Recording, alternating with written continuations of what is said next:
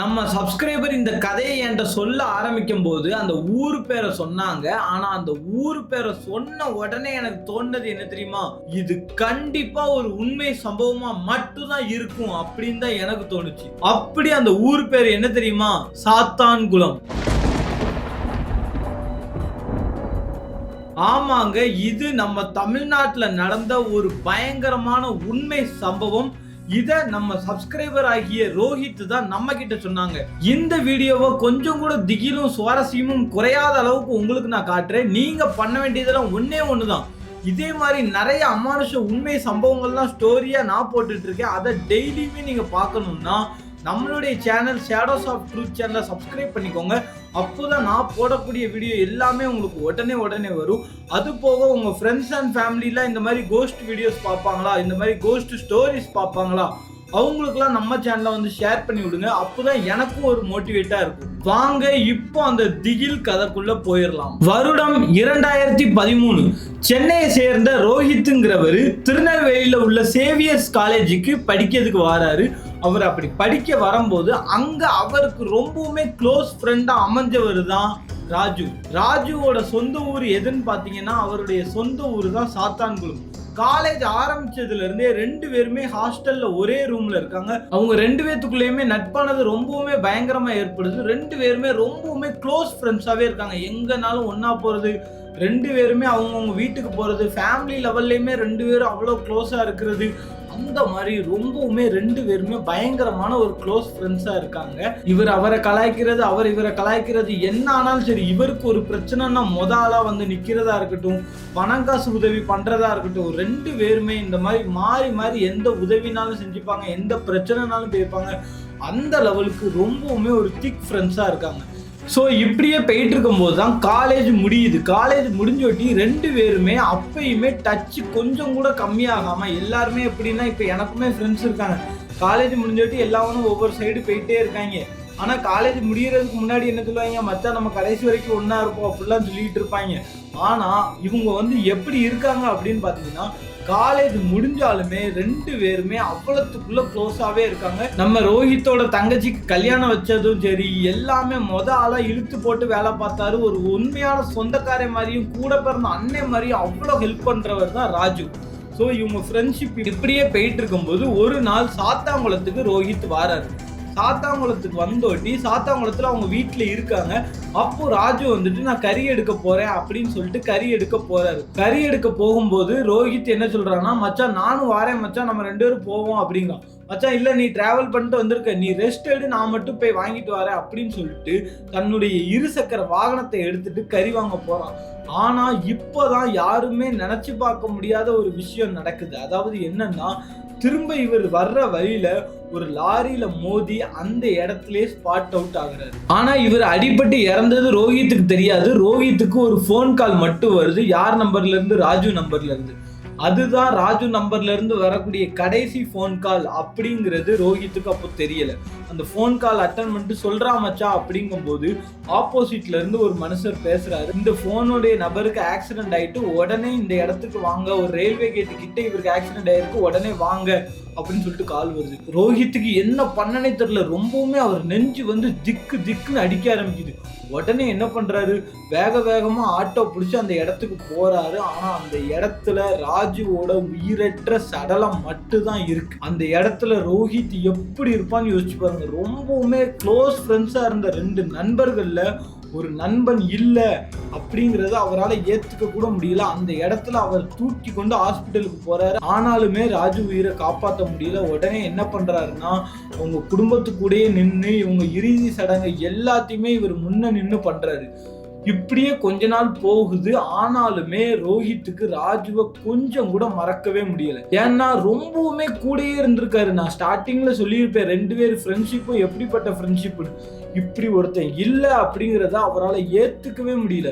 ஒன்னா ரெண்டு பேரும் எடுத்த போட்டோஸா இருக்கட்டும், ரெண்டு பேரும் சேர்ந்து ஊர் சுத்தின இடங்களா இருக்கட்டும், உங்க ரெண்டு பேர்த்துக்கும் நிறைய மெமரிஸ் இருக்கும். அந்த மெமரிஸ் எல்லாத்தையுமே ரீகலெக்ட் பண்ணிக்கிட்டே இருக்காரு. ஆனாலுமே இவரால் கொஞ்சம் கூட அவர் இல்லை அப்படிங்கிறத ஏத்துக்கவே முடியல. இப்படியே போயிட்டு இருக்கும் போதுதான் ரோஹித்தோட வாழ்க்கையில ஒரு பொண்ணானவங்க என்ட்ரி ஆகுறாங்க. அந்த பொண்ணு யாரு அப்படின்னு பாத்தீங்கன்னா, சென்னையில ஒரு கம்பெனில இவர் கூட வேலை பார்க்குற ஒரு பொண்ணு. அந்த பொண்ணு வந்து ரோஹித் கூட கான்டாக்ட்ல அப்படியே பேச ஆரம்பிக்கிறாங்க. 2 பேருமே நார்மலா பேச ஆரம்பிக்கிறாங்க. நல்ல ஒரு ஃப்ரெண்ட்ஸ் ஆகுறாங்க. இப்போ இவங்க நல்லா பேசுறதுனால ரோஹித்துக்கு எப்படி இருக்குன்னா, அவருடைய ஃப்ரெண்டு இழப்புல இருந்து மீண்டு வர்றதுக்கு இவங்க ஒரு நல்ல ஹெல்ப்ஃபுல்லா இருக்காங்க. இவங்க நல்லா பேசுறதுனால இவங்க கூட நல்லா இவரும் பேச ஆரம்பிக்கிறாரு. அதனால அவங்க ஃப்ரெண்டோட நினைப்பு அப்படியே அவங்ககிட்ட இருந்து போக ஆரம்பிக்குது. ஏன்னா யாரா இருந்தாலுமே ஒரு லைஃப்ல ஒரு ப்ராப்ளம் வந்துச்சுன்னா அதுல இருந்து மூவ் ஆன் ஆகி தான் ஆகணும். ஏன்னா எல்லாருமே ஒரு காலத்துல நம்மளை விட்டு போக தான் செய்வாங்க. இப்பவுமே வீடியோ பார்த்துட்டு இருக்கவங்க, உங்க கூட இருக்கவங்க யாராவது இறந்துட்டாங்களோ, உங்க லவ்வர் விட்டுட்டு போயிட்டாலோ, தயவு செஞ்சு எல்லாத்துக்குமே கஷ்டம் இருக்க தான் செய்யும். ஆனா மூவ் ஆன் பண்ணுங்க. மூவ் ஆன் பண்ணா மட்டும்தான் வாழ்க்கைங்கிறது மாறும். ஸோ இவருமே அதே மாதிரி மூவ் ஆன் ஆக ஆரம்பிக்கிறாரு. இவ்வளவு நாள் இருந்தது பையன் ஃப்ரெண்ட்ஷிப். ஸோ அது நல்ல ஃப்ரெண்ட்ஷிப் பாண்டாவே இருந்துச்சு. ஆனா இப்ப பேசுறது ஒரு பொண்ணு. அந்த பொண்ணுங்கிறனால அந்த ஃப்ரெண்ட்ஷிப் படிப்படியா முன்னேறி லவ்வா மாறுது. 2 பேருமே ரொம்ப பயங்கரமா லவ் பண்ண ஆரம்பிக்கிறாங்க. டெய்லி ஊர் சுத்துறதா இருக்கட்டும், நல்லா போன் பேசுறதா இருக்கட்டும், ஆபீஸ்ல ஒன்னா இருக்கிறதா இருக்கட்டும், 2 பேருமே ரொம்பவுமே பயங்கரமாவே லவ் பண்ண ஆரம்பிக்கிறாங்க. அதே மாதிரி அந்த பொண்ணுமே அவரை ரொம்பவுமே பயங்கரமா லவ் பண்ணுது. ஸோ இப்படியே இவங்க லவ் போயிட்டு இருக்கும்போது 2 பேர் வீட்லயுமே பேச ஆரம்பிக்கிறாங்க. 2 பேருமே நல்லா வேலை பார்க்கறாங்க. 2 பேர் வீட்டு ஃபேமிலி சைடுமே பிரச்சனையே இல்லை. ஸோ கல்யாணம் பண்ணலாம் அப்படிங்கிற மாதிரி முடிவு பண்றாங்க. அப்போதான் என்ன ஆகுது அப்படின்னு பாத்தீங்கன்னா, கல்யாணத்தை பொண்ணு வீட்டுல வைக்கணும் அப்படிங்கிற மாதிரி முடிவு பண்றாங்க. பொண்ணு வீடு எங்க இருக்கு அப்படின்னு பாத்தீங்கன்னா, அந்த பொண்ணோட பூர்வீக ஊர் என்ன தெரியுமா? அதே திருநெல்வேலி மாவட்டத்துல உள்ள சாத்தான்குளம். சோ ரோஹித்துக்கு ஃபர்ஸ்ட் எந்த ஒரு நினைப்புமே இல்லை. ஏன்னா சாத்தான்குளம்னு ஊர் பேர் வந்தோட்டி அவர் ஃப்ரெண்டோட ஞாபகம் வந்திருக்கணும். ஆனா அவருக்கு சுத்தமா அது எதுவுமே வரல. இவருமே சாத்தாங்குளத்துக்கு போறாரு. சாத்தாங்குளத்துக்கு போய் 2 பேத்துக்குமே கல்யாணம் நடக்குது. கல்யாணம் நடந்து முடிஞ்சோட்டி என்னது, முதலிரவு தானே. முதலிரவு முடிச்சுட்டு மறுநாள் காலைல திரும்ப சென்னையில ரிசப்ஷன் வைக்கணும் சாயங்காலம்னு சொல்லிட்டு மறுநாள் காலைல கிளம்பலான்னு பிளான் பண்றாங்க. நாள் நைட்டு முதலிரவு நடக்குது. முதலிரவுல 2 பேரும் உள்ள போறாங்க. அப்படி உள்ள போகும்போதுதான் இந்த சாத்தான்குளம்னு நோட்டி இவருக்கு ஸ்ட்ரைக் ஆகுது. நம்மளுடைய நண்பன் ராஜுவோட ஊர் இதானே அப்படின்னு ரோஹித்துக்கு ஸ்ட்ரைக் ஆகுது. உடனே அவர் மனைவி கிட்ட, இத்தனை நாள் நான் வாங்கிட்ட ஒன்று சொல்லவே இல்லை, எனக்கு இப்படி ரொம்பவுமே க்ளோஸ் ஃப்ரெண்ட் ஒருத்தர் இருந்தான், என் ஃபேமிலி எல்லாத்துக்குமே அவன் ரொம்ப க்ளோஸு, அவனுக்கும் இந்த சாத்தாங்குளம் தான் ஊர் அப்படிங்கிற மாதிரி சொல்றாங்க. அவங்க ஒய்ஃபும் அப்படியாங்க, இவ்வளோ நாள் ஏன்ட்ட இதை ஏன் சொல்லலை அப்படின்னு நானே அதுல இருந்து மீண்டு வர கஷ்டப்பட்டேன், அதை பத்தி உன்கிட்ட பேசணும்னா என்னால் திரும்பி அதுக்குள்ளேயே தான் நான் போயிட்டு இருப்பேன், அதனால நான் அதை பத்தி எதுவுமே சொல்லலை அப்படின்னு சொல்லிட்டு முதலிரவுல பேசிக்கிட்டு அவங்க 2 பேரும் ஒன்னா இருக்கலாம் அப்படின்னு சொல்லிட்டு கிட்ட நெருங்கும் போது இவரோட போன் வந்து வைப்ரேட் ஆகுது. ஏன்னா முதலிரவுனால போனை சைலண்ட்ல போட்டிருக்காங்க. ஸோ போன் வந்து பயங்கரமா வைப்ரேட் ஆகுது. அந்த போனை ரோஹித் எடுத்து பாக்குறாரு. பார்த்த உடனே இவ்வளோ நேரம் அமைதியாகவும் சாந்தமாகவும் இருந்த அவருடைய முகம் ரொம்பவுமே படபடப்பா மாறுது. வேர்த்து கொட்ட ஆரம்பிக்குது. அவருடைய ஹார்ட் பீட் ரொம்பவுமே இன்க்ரீஸ் ஆக ஆரம்பிக்குது. உடனே அவங்க பக்கத்துல இருந்து அவருடைய மனைவி என்ன சொல்றாங்கன்னா, என்னங்க என்ன ஆச்சு, ஏன் இப்படி உங்க மூஞ்சே மாறுது, எதுக்கு இப்போ வேர்த்து ஊத்திட்டு இருக்கு, யார் அப்படி ஃபோன்லன்னு ஊட்டி இவர் ஃபர்ஸ்ட் எதுவுமே சொல்லலை, அப்படியே போனை வச்சுட்டு விட்டாரு. அதுக்கப்புறம் என்ன ஆகுது அப்படின்னு பார்த்தீங்கன்னா, கொஞ்ச நேரம் கழிச்சு திரும்பியும் ஃபோன் வருது.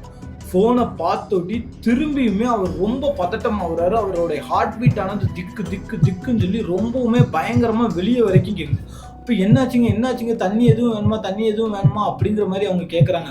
அப்போதான் இவர் சொல்றாரு, சுமார் 4 வருஷத்துக்கு முன்னாடி இதே நம்பர்ல இருந்து கடைசியா எனக்கு ஒரு ஃபோன் வந்துச்சு, அப்பவும் இவன் இறந்து போயிட்டான்னு சொல்லி தான் எனக்கு ஃபோன் வந்துச்சு அப்படின்னு சொல்லி ராஜுவோட நம்பர்ல இருந்து வந்த ஃபோனை அவர் எடுத்து காட்டுறாங்க.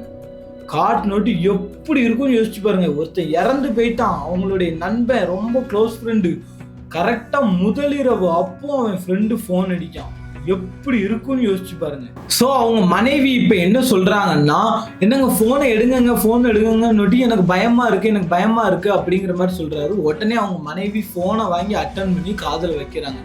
காதுல வச்ச உடனே, நீ வந்ததுக்கு அப்புறம் தான் என் நண்பன் என்னை மறந்துட்டான், நீ அவன் வாழ்க்கையில வந்ததுதான் தப்பு, உன்னை நான் பழி வாங்காம விடமாட்டேன் அப்படிங்கிற மாதிரி ஒரு கொடூரமான குரல்ல யாரோ பேசுறாங்க.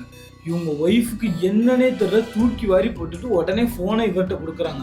அப்ப இவர்கிட்ட கொடுத்தோட்டி, என்ன நண்பா என்னை ஞாபகம் இருக்கா, சுத்தமா என்னைய மறந்தாச்சு போல அப்படிங்கிற மாதிரி சொல்றாரு. இவருக்கு தூக்கி வாரி போட்டுட்டு, ராஜு நீ இன்னும் சாகலையா அப்படின்னு கேட்கிறாரு. நான் செத்தனா சாகலையாங்கிறது முக்கியம் இல்ல, நண்பனே நீ மறந்துட்டல்லா, இவ்வளவு நாள் நண்பன் கூடயே இருந்துட்டு இப்போ நண்பனே ஒரு நிமிஷத்துல மறந்துட்டலாம் அப்படிங்கிற மாதிரி சொல்றாரு. இவருக்கு ஒண்ணுமே உடல பதட்டம் ரொம்பவுமே பயங்கரமாகுது. நீ எங்க இருக்கணுமா? நான் சாத்தாங்குளத்துல தான் இருக்கேன் இப்போ அப்படிங்கிற மாதிரி இவர் சொல்றாரு. அப்போ அவர் சொல்றாரு, நீ சாத்தாங்குளத்துல இருக்கணும் தெரியும், நீ இப்ப முதலிரவுல இருக்கணும் தெரியும், என்ன மறந்துட்டு நீ உன் முதலிரவுல குஜாலா இருந்துருவியா அப்படிங்கிற மாதிரி கேக்குறாங்க. கேட்டோட்டி இவருக்கு என்ன பண்றதுன்னே தெரியல. என்னடா இது, இவன் எங்கேயோ இருக்கானா, இவன் செத்துட்டானா உயிரோட இருக்கானானே அவருக்கு ஃபர்ஸ்ட் தெரியல ரோஹித்துக்கு. நண்பா என்ன நண்பா சொல்ற, எங்க இருக்க நண்பா அப்படின்னு. என்னதான் மறந்துட்டேன், ஏன்னா நான் செத்துட்டேன். என் குடும்பத்தை கூட மறந்துட்டிய நீ. உன் குடும்பத்துக்காக நான் என்னெல்லாம் பண்ணியிருப்பேன், நீ என் குடும்பத்தை கூட மறந்துட்டிய. உன் கல்யாணத்துக்கு ஒரு பத்திரிக்கையாவது வச்சியா எங்க அப்பா அம்மாவுக்கு? இவ்வளவு தூரம் சாத்தாங்குளத்துல வந்து கல்யாணம் பண்ணியிருக்கிய, என் குடும்பத்தை கூப்பிடணும்னு தோணுச்சா, எங்க அப்பா அம்மாவை போய் பார்க்கணும்னு தோணுச்சா உனக்கு அப்படிங்கிறாரு. இவருக்கு ரொம்பவுமே பதட்டமாகுது, ரொம்பவுமே பயப்பட ஆரம்பிக்கிறாரு. என்ன பண்ணுன்னு தெரியாம பேசும்போது அதுக்கப்புறம் தான் அந்த குரல் சாந்தமாகி, நண்பா நான் அந்த ரயில்வே ட்ராக் கிட்ட தான் இருக்கேன், என்னை வந்து பார்க்க வா இப்போ அப்படிங்கிற மாதிரி சொல்றாரு. இவருக்கு உடனெல்லாம் வந்து இப்ப பார்க்க முடியாது, நான் முதலிரவுல இருக்கேன், என்னை விட்டுருனே, நான் எதுனாலும் நாளைக்கு உன்கிட்ட பேசிக்கிறேன் அப்படிங்கிறாரு. அப்போ உடனே சொல்றாரு, என்னோட உனக்கு அவ தான் முக்கியமா போயிட்டாளா, அப்ப அவளை நான் ஏதாவது பண்ணவா, அப்ப பண்ணா நீ வருவியா அப்படிங்கிற மாதிரி சொல்றாரு. இவருக்கு பயமாகுது. என்னடா இது, இவளை ஏதோ பண்ணிடுவேன்னு சொல்றான், ரொம்பவுமே பயமுடுத்துற மாதிரி பேசுறான், என்ன நடக்குதுன்னே புரிய மாட்டேங்க அப்படிங்கிறாரு. நண்பா உனக்கு நான் முக்கியமா அவ முக்கியமா, ஒழுங்கா இந்த ரயில்வே ட்ராக் கிட்ட வருவியா மாட்டியா அப்படிங்கிறாரு. இவருக்கா ரொம்ப பயம். அப்போ உடனே என்ன சொல்றாரு, சரி இரி நான் வாரேன் அப்படிங்கிறாரு. அப்போ உடனே அவங்க மனைவி என்ன சொல்றாங்கன்னா, என்னங்க தயவு செஞ்சு போவாதீங்க, நீங்க போக வேண்டாம், இந்த டயத்துல நீங்க போக வேண்டாம், 3-4 வருஷத்துக்கு முன்னாடி இறந்த நண்பன் இப்போ போன் அடிக்கான்னு சொல்லிட்டு யாராவது போவாங்களா, சொன்னா கேளுங்க, போவாதீங்க அப்படிங்கிறாங்க. அப்போ அவர் சொல்றது என்னன்னா, ராஜு என் நண்பன், என்ன ஆனாலும் எனக்கு ஒண்ணுமே ஆக விட மாட்டான், அவன் நான் எவ்வளவுதான் தப்பு பண்ணாலும் அவன் என் சைட்ல தான் நிற்பான், ராஜு என்னை கூப்பிட்டுருக்கான், அவன் உயிரோட இருந்தா என்ன விட பெரிய சந்தோஷக்காரன் யாருமே இந்த உலகத்துல கிடையாது, என் லெவலுக்கு இந்த உலகத்துல யாருமே சந்தோஷப்பட மாட்டாங்க, அவனை போய் நான் பார்த்தே ஆகணும் அப்படிங்கிற மாதிரி சொல்லிட்டு அவனை போய் பார்க்க போறாரு.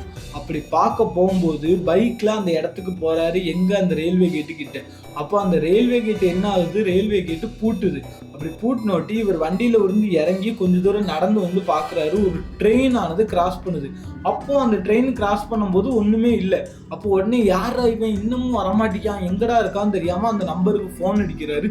நீங்கள் அழைக்கும் எண் இப்போது உபயோகத்தில் இல்லை அப்படிங்கிற மாதிரி வரும். இவருக்கு தூக்கி வாரி போட்டுட்டு, என்னடா இப்பதான் அடிச்சான், இவ்வளவு நேரம் பேசிட்டு இருந்தோம், உபயோகத்தில் இல்லைன்னு வருது, திரும்ப அடிக்கிறாங்க. நீங்கள் அழைக்கும் எண் உபயோகத்தில் இல்லைன்னு வந்துகிட்டே இருக்கு. இவருக்கு கொஞ்ச நேரம் அமைதியா இருந்தவர் கூட கொஞ்சம் பயமானது ரொம்பவுமே ஏற்பட ஆரம்பிக்குது. அப்படி ஏற்படும் போது ஒரு ட்ரெயின் ஆனது வருது. அப்போ அந்த ட்ரெயினோட ஹெட்லைட் எப்பவுமே பிரகாசமா தானே இருக்கும்.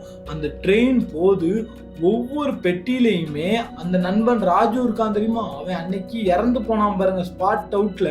அப்போ என்ன ட்ரெஸ் போட்டிருந்தானோ, அவனுக்கு எங்கெல்லாம் அடிபட்டு இருந்துச்சோ அதே உருவத்துல, அதே ட்ரெஸ்ல, அதே அடி காயங்களோட ஒவ்வொரு பெட்டியிலையும் அவன் இருக்கிற மாதிரி இவர் கண்குளிர பாக்குறாரு.